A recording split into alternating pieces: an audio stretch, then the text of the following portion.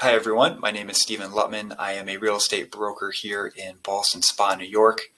When working with buyer clients, one of the common questions I get is, what are the expenses related with purchasing a home? So the topic of today's video will be closing costs. We'll go over what the term means, some of the more common items you're likely to see as a home buyer, and finally we'll wrap with ways to reduce or in some cases eliminate some of your out-of-pocket expenses. Again, my name is Stephen Lutman, and let's get started.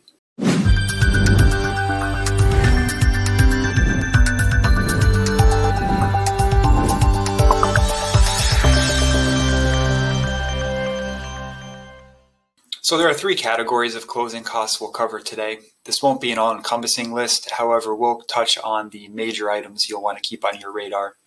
The first bucket of expenses is going to be your lender fees, and these are going to be all of the costs associated with you obtaining financing to purchase the property. First of which is going to be your application, or sometimes called origination fee, and this is simply what the bank is going to charge you to review your application for financing. Next cost you might run across is your an appraisal fee, and this is simply what the bank is going to charge to send someone out to actually walk the property. If the bank is looking to lend, let's say $200,000 for you to purchase the home, they're going to want to make sure that this is actually a $200,000 property. So that's what the appraisal and the appraisal report will cover. Next one is going to be your mortgage insurance premium. I know how much everyone loves mortgage insurance, but this is going to be your upfront premium. This can be anywhere from 0.5% to somewhat north of 2%. And this is just the upfront cost of obtaining mortgage insurance. And for those unfamiliar with what mortgage insurance is, if you're coming in with a down payment that's less than 20% of the purchase price, more often than not, you're going to be looking at a mortgage insurance on the loan.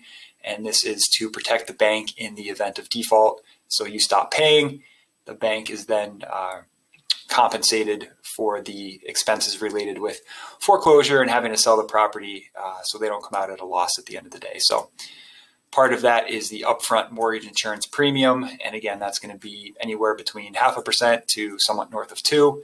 That's going to depend on the type of borrower you are, your credit history, and what your down payment is looking like.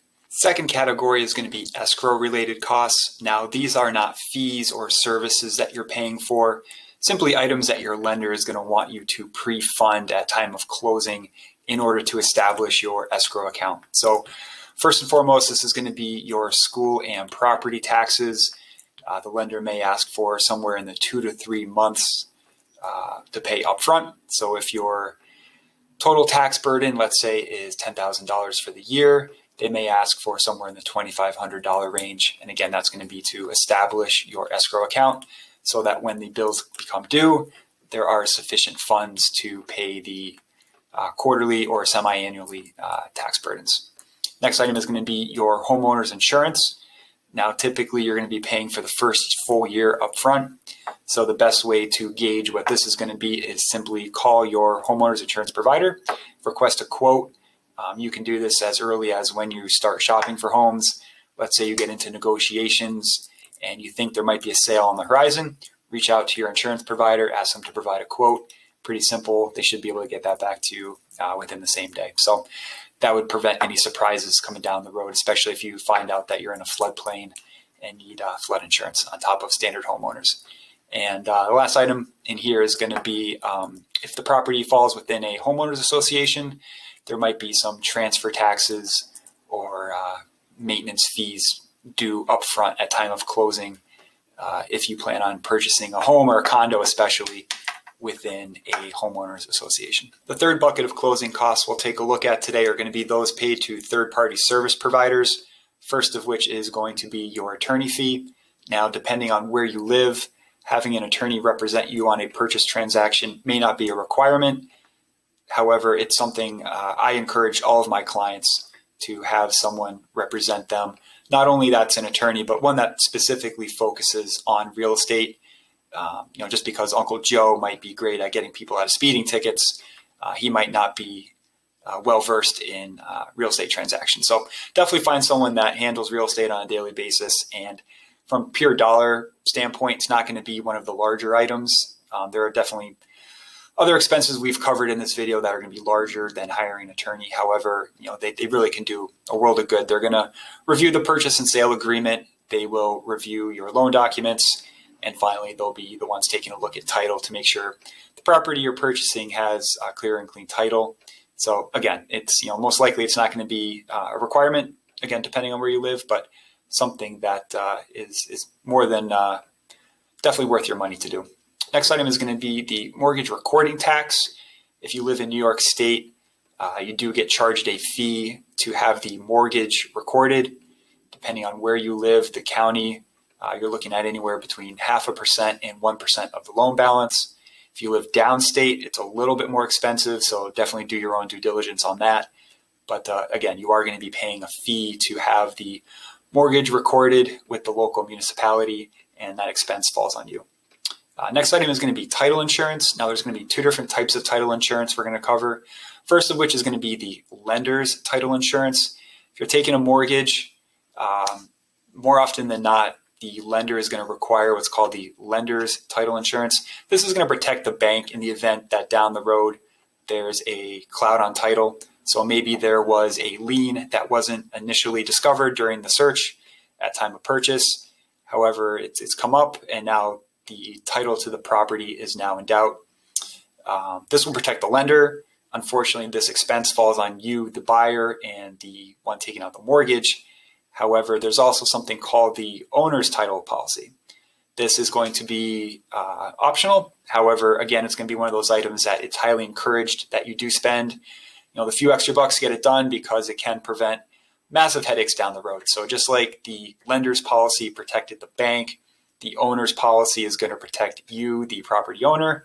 And again, let's say there's a mechanic's lien from 1982 that was initially missed. This will protect you. And again, not an obligation, but certainly something that is worth the money. So no doubt at this point, your head is spinning trying to keep track of all these different expenses, but don't worry, there are ways we can reduce the burden and the stress at time of closing. First way is going to be, just like with any other type of purchase, to shop around. So things like your homeowner's insurance, things like your attorney fee, title insurance. These are all items that you can shop around for and get quotes for not only which service is the best, but what different folks are charging for fees. So that's strategy number one. And even reach out to your lender, see if they'd be willing to waive, let's say, the application fee in exchange for maybe opening a savings account with them. The next strategy is going to be have the seller pay for them. So whether you're doing an FHA or a conventional loan, both products allow for seller concessions. Essentially, the seller is agreeing to cover a portion or potentially all of your closing costs. Now, just make sure that you have the conversation with your real estate agent on whether the property will appraise for the required amount for this to work. However, you can get up to 5-6% of the purchase price as seller concessions. And again, that's the seller agreeing to pay for your closing costs. So if the goal is to limit your out-of-pocket expenses at time of closing, this is going to be the best way to get that done. That'll wrap up today's video on closing costs. Again, my name is Stephen Lutman. I'm a real estate broker here in Ballston Spa, New York. If anything is unclear from today's video, or there are other real estate related topics you'd like addressed, please go ahead and leave a comment below. I'm happy to take a look. And if there's enough interest, I can certainly put out some additional content. If you live in the Capital District and are thinking of buying or selling real estate, there is a link where you can schedule a phone or Zoom call with me below, and happy to jump on and address any concerns or questions about the current market that you might have. Again, thanks again for watching. Really appreciate it and look forward to connecting with you all at some point down the road. Thanks.